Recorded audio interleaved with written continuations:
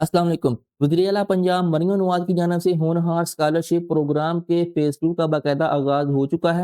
अब आपने इसके लिए अप्लाई किस तरह करना है और कौन-कौन से स्टूडेंट्स जो हैं वो इसमें अप्लाई के लिए एलिजिबल हैं, जिसमें कौन से डिसिप्लिन आते हैं या कौन-सी यूनिवर्सिटी या कॉलेज के स्टूडेंट जो हैं वो इस प्रोग्राम में अप्लाई कर सकते हैं। तो इस वीडियो में आपको कंप्लीट गाइड किया जाएगा। ये वीडियो बहुत ही इम्पोर्टेंट होने वाली है, आपने वीडियो को स्किप नहीं करना। वीडियो को फुल वॉच करने के बाद आप अप्लाई करेंगे तो इंशाल्लाह आसानी के साथ जो है वो आप इस प्रोग्राम के लिए अप्लाई कर सकेंगे। तो वीडियो शुरू करने से पहले आप सबसे रिक्वेस्ट है कि अगर आप चैनल पे नए हैं तो चैनल को सब्सक्राइब कर लें और बेल आइकन को भी प्रेस कर लें। तो फ्रेंड्स चलें बिना टाइम वेस्ट किए स्टार्ट करते हैं। आपने होनहार स्कॉलरशिप प्रोग्राम का जो ऑफिशियल वेब पोर्टल है उसको ओपन कर लेना, जिसका लिंक मैं नीचे डिस्क्रिप्शन में भी दे रहा हूँ, जो कि है होनहार स्कॉलरशिप डॉट पंजाब HEC.gov.pk। तो आपके सामने ये वाला इंटरफेस आएगा। यहाँ पे आप फ्रंट पे देख सकते हैं कि अप्लाई नाउ का ऑप्शन जो है वो आपको मिल रहा है। लेकिन अप्लाई से पहले मैं आपको इस प्रोग्राम के हवाले से थोड़ा सा एक्सप्लेन कर देता हूँ कि कौन-कौन से स्टूडेंट जो हैं वो इसके लिए एलिजिबल हैं। तो फ्रेंड्स इस प्रोग्राम की डिटेल के लिए आपने थोड़ा सा नीचे स्क्रॉल डाउन करना है। तो यहाँ पे आप देख सकते हैं कि new registration has started, apply now. तो यहाँ पे उन्होंने लिखा हुआ है कि 3rd to 8th semester students of public sector universities, ठीक है? और उसके अलावा 2nd to 5th ईयर जो MBBS और BDS के स्टूडेंट हैं वो भी अप्लाई कर सकते हैं, क्योंकि जो फ़ेज़ 1 था उसमें जस्ट जिन्होंने 2024 में एडमिशन लिया था, जो कि जिनका फर्स्ट सेमेस्टर था, वही लोग अप्लाई कर सकते थे। और बाकी जो स्टूडेंट हैं 2nd, 3rd, 4th जितने भी सेमेस्टर के स्टूडेंट्स थे, वो अप्लाई इसमें नहीं कर सकते थे। तो गवर्नमेंट की जानिब से ये एक न्यू इनिशिएटिव लिया गया है, जिसमें अब 3rd से लेके 8th सेमेस्टर तक स्टूडेंट्स जो हैं वो अप्लाई कर सकेंगे, जिसमें एलिजिबिलिटी क्राइटेरिया जो है वही वाला है, जिसमें पंजाब का डोमिसाइल हो आपके पास और आपकी जो मंथली फैमिली इनकम है वो 3 लाख से कम हो, ठीक है? एफिडेविट का सैंपल यहाँ पे दिया हुआ है। तो बहुत से स्टूडेंट्स जो हैं वो ये पूछते हैं कि हमने एफिडेविट का सैंपल जो है वो कहाँ से डाउनलोड करना है? तो यहाँ से आप डाउनलोड सैंपल वाले ऑप्शन से इसको डाउनलोड कर सकते हैं। और इसके बाद यहाँ पे आप देख सकते हैं कि applicant must be enrolled in selected discipline और सिलेक्टेड यूनिवर्सिटी या कॉलेज, ठीक है? 3rd semester two 8th semester के अंदर आप किसी भी सेमेस्टर में स्टडी कर रहे हो, और अगर आप MBBS या BDS कर रहे हैं तो फिर आप 2nd से 5th सेमेस्टर में आप स्टडी कर रहे हो। तो डिसिप्लिन और यूनिवर्सिटीज़ की लिस्ट जो है वो यहाँ पे दी हुई है। तो उसके लिए आपने सिंपली डिसिप्लिन वाले ऑप्शन पे क्लिक करना है। तो इसके बारे में बहुत से स्टूडेंट पूछते हैं कि मैं अप्लाई कर सकता हूँ, मेरी फ़लाँ डिग्री है, मैं अप्लाई कर सकता हूँ। तो आपने सिंपली डिसिप्लिन वाले ऑप्शन पे क्लिक करके यहाँ पे सारी डिग्रीज़ की लिस्ट जो है वो दी हुई है। जिन डिग्री वाले स्टूडेंट जो हैं वो अप्लाई कर सकते हैं, इनको आपने चेक कर लेना है। और इसके बाद आपने इंस्टीट्यूट वाले ऑप्शन पे क्लिक करना है। तो यहाँ पे आपको सारी यूनिवर्सिटी जो इस प्रोग्राम में अप्लाई के लिए एलिजिबल हैं, जिनके स्टूडेंट्स, वो यहाँ पे दी हुई है, ठीक है? तो बहुत से स्टूडेंट ये भी पूछते हैं कि मेरी फ़लाँ यूनिवर्सिटी है, मैं अप्लाई कर सकता हूँ। तो आपने सिंपली इंस्टीट्यूट वाले ऑप्शन पे क्लिक करके अपनी यूनिवर्सिटी का नेम देख लेना है कि इस लिस्ट में मेरी यूनिवर्सिटी शामिल है या नहीं। अगर शामिल है तो सिंपली आप अप्लाई कर लें, अगर नहीं शामिल तो फिर आप अप्लाई नहीं कर सकते। और उसके बाद यहाँ पे कॉलेजेस की लिस्ट दी हुई है, तो आपने इसी लिस्ट पे अपने कॉलेज का नाम देख लेना है, ठीक है? सिंपली आपने यहाँ पे अपने कॉलेज का नाम देख लेना है। अगर आपका कॉलेज यहाँ पे लिस्ट में शो हो रहा है तो फिर आप एलिजिबल हैं। ये देखें काफ़ी सारे कॉलेजेस की लिस्ट जो है वो यहाँ पे मेंशन की हुई है। ये ओवरऑल पंजाब के कॉलेजेस की लिस्ट यहाँ पे दी हुई है, ठीक है? उसके बाद मेडिकल एंड डेंटल कॉलेजेस, इसको भी आपने देख लेना है। अगर आपका मेडिकल कॉलेज इसमें शामिल है तो फिर आप इस होनहार स्कॉलरशिप के लिए एलिजिबल हैं। अब देखते हैं कि आपने फर्दर जो है वो टर्म एंड कंडीशन इसकी क्या है इस हवाले से। तो यहाँ पे उन्होंने मिनिमम CGPA जो है वो दिया हुआ है कि आपका पब्लिक सेक्टर यूनिवर्सिटी या कॉलेज में अगर आपके साइंस सब्जेक्ट हैं तो फिर 70% मार्क्स होने चाहिए, और अगर आपके आर्ट्स के सब्जेक्ट हैं तो फिर आपकी 65% CGPA जो है या मार्क्स जो हैं वो होने चाहिए। और उसके अलावा public sector medical and dental colleges में 60% जो है वो आपके होने चाहिए।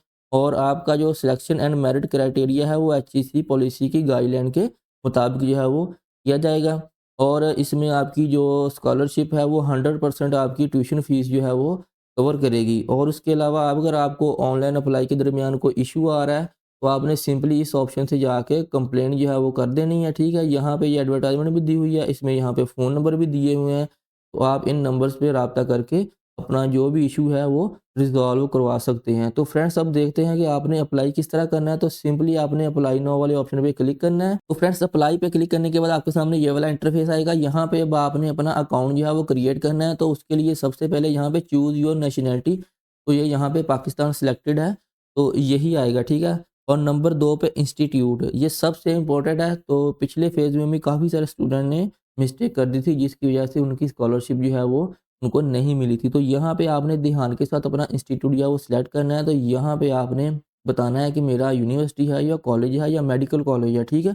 आप जिस भी इंस्टीट्यूट में स्टडी कर रहे हैं, आपने उसका नेम एग्ज़ैक्ट देना है। तो यहाँ पे मैं यूनिवर्सिटी में स्टडी करता हूँ, तो मैं यूनिवर्सिटी सिलेक्ट करता हूँ और उसके बाद यहाँ पे उन्होंने बताया हुआ है कि चूज़ योर यूनिवर्सिटी। यहाँ से आपने अपनी एग्ज़ैक्ट यूनिवर्सिटी जो है वो चूज़ करनी है। अगर आपका कॉलेज है तो आपने यहाँ पे कॉलेज वाला ऑप्शन सेलेक्ट करना है और उसके बाद यहाँ पे आप जिस कॉलेज में स्टडी कर रहे हैं, ये देखिए कंप्लीट लिस्ट आपको मिल जाएगी। आप यहाँ पे अपने कॉलेज का नेम भी सर्च करके वो फाइंड कर सकते हैं। तो यहाँ पे मैं ये सिलेक्ट कर लेता हूँ फॉर एग्ज़ाम्पल। इस तरह आपने सिलेक्ट करने के बाद आपने यहाँ पे अपना एनआईसी नंबर लिखना है, अपना एग्ज़ैक्ट ईमेल एड्रेस लिखना है और यहाँ पे आपने पासवर्ड लगाना है और उसको कन्फर्म करना है और उसके बाद आपने सबमिट कर देना है। पासवर्ड आप लाज़मी ये वाला रखें, बहुत से स्टूडेंट जो हैं वो ये पूछते हैं कि हम पासवर्ड क्या रखें, ठीक है?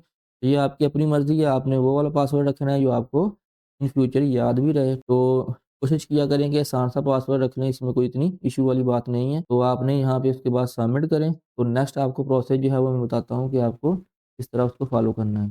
तो फ्रेंड्स सबमिट पे क्लिक करने के बाद आपके सामने ये वाला इंटरफेस आएगा। यहाँ पे आपको आपका यूज़र नेम और पासवर्ड जो है वो शो हो रहा है, तो मैं अपना यहाँ पे हाइड कर रहा हूँ, ठीक है? और यहाँ पे नीचे उन्होंने बताया हुआ है कि an email is also sent, click here to apply for Honhaar scholarship. तो उसके लिए आपने यहाँ पे क्लिक कर देना है। जैसे ही क्लिक करेंगे तो आपके सामने यहाँ पे साइन इन पेज जो है वो शो हो जाएगा। तो यहाँ पे अब आपने अपना यूज़र नेम और पासवर्ड लगाना है और यहाँ पे कैप्चा कोड यहाँ पे शो हो रहा है, इसको एज़ इट इज़ यहाँ पे फिल करना है और साइन इन कर लेना है।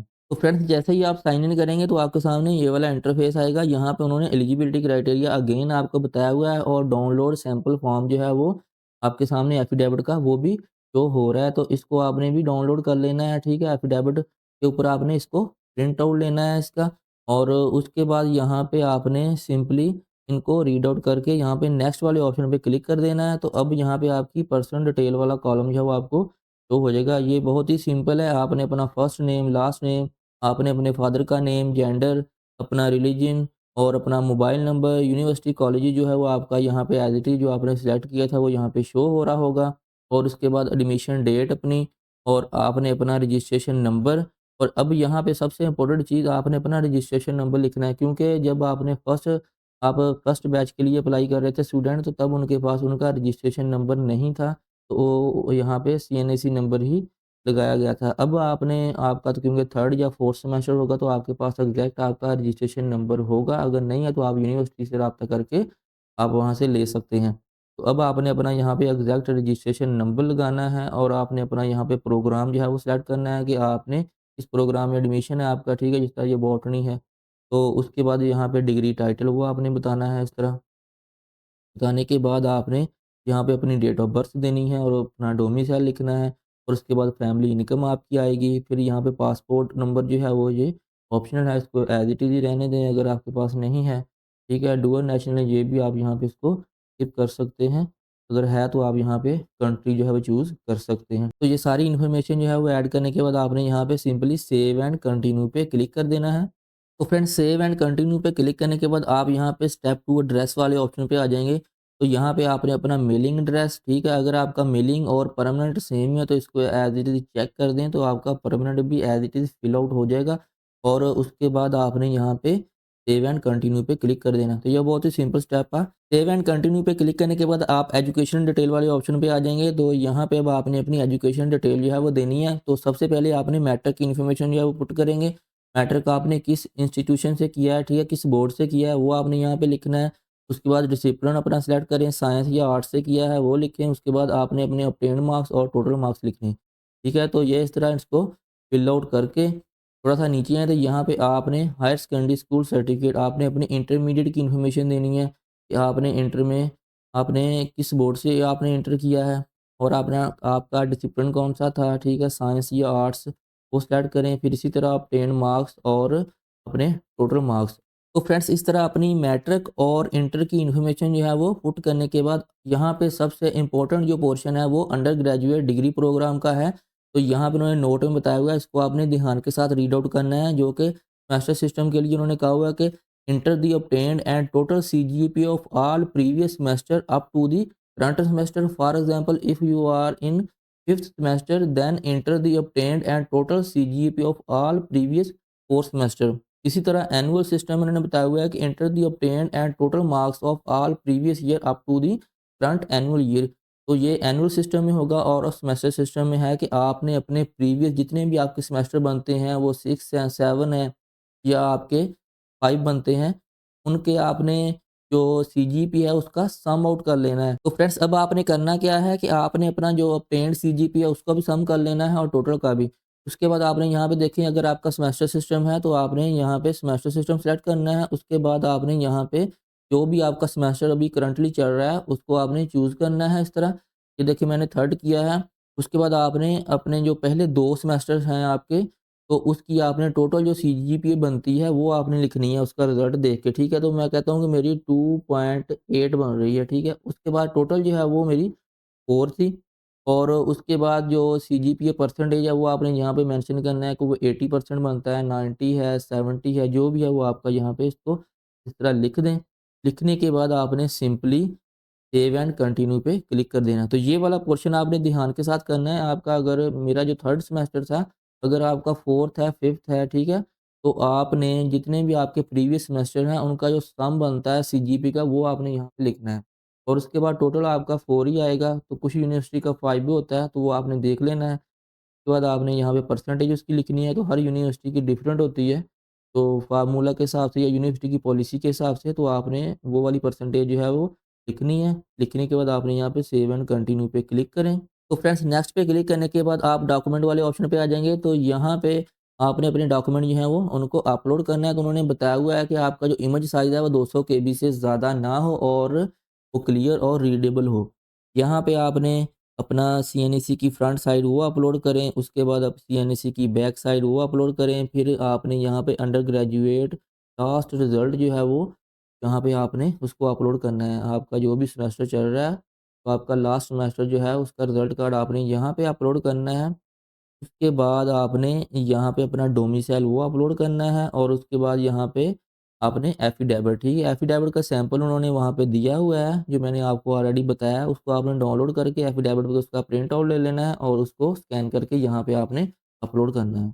तो फ्रेंड्स सेव एंड कंटिन्यू पे क्लिक करने के बाद आप नेक्स्ट रिव्यू योर एप्लीकेशन वाले ऑप्शन पे आ जाएँगे, तो यहाँ पे उन्होंने बताया हुआ है कि आप अपनी एप्लीकेशन को सबमिट करने से पहले इसको रिव्यू कर लें। अगर कोई मिस्टेक है तो उसको एडिट कर लें, क्योंकि अगर आपकी एप्लीकेशन जो है वो सबमिट हो जाती है तो फिर आप उसको एडिट नहीं कर सकते। उसके लिए आपने सिंपली रिव्यू वाले ऑप्शन पे क्लिक करके अपनी एप्लीकेशन जो है उसको देख लेना है। अगर कोई उसमें अंदर मिस्टेक है, तो आप यहाँ पे प्रीवियस पेज वाले ऑप्शन पे क्लिक करके अपनी एप्लीकेशन जो है उसको एडिट कर सकते हैं या उसमें करेक्शन कर सकते हैं। अगर आपका डाटा जो है वो बिल्कुल एग्जैक्ट और करेक्ट है, तो फिर आप नेक्स्ट स्टेप पे जाके नेक्स्ट नेक्स्ट करके उसको अगेन यहाँ पे इसी वाले स्टेप पे आके सिंपली आप सबमिट कर दें। तो फ्रेंड्स जैसे ही आप सबमिट करेंगे तो आपके सामने इस तरह मैसेज जो है वो आ जाएगा कि thank you for applying for Honhaar scholarship. अब आपकी एप्लीकेशन जो है वो सबमिट हो गई है और वेरिफिकेशन प्रोसेस जो है वो स्टार्ट हो चुका है। तो जैसे ही कोई नई अपडेट आएगी इस प्रोग्राम के हवाले से, तो आपको ईमेल पे भी गाइड कर दिया जाएगा और फर्दर आपके कॉलेज या यूनिवर्सिटी से भी आपको इस हवाले से इन्फॉर्मेशन जो है वो मिल जाएगी। तो जैसे ही ये सारा प्रोसेस कंप्लीट होगा तो आपको स्कॉलरशिप जो है वो प्रोवाइड कर दी जाएगी। तो फ्रेंड्स आज की वीडियो में इतना ही। उम्मीद करता हूँ आज की वीडियो आपको पसंद आई होगी और इसको फॉलो करते हुए आप आसानी के साथ इस प्रोग्राम के लिए अप्लाई कर सकेंगे। तो मिलते हैं नेक्स्ट वीडियो में नई अपडेट के साथ, तब तक के लिए अल्लाह हाफिज़।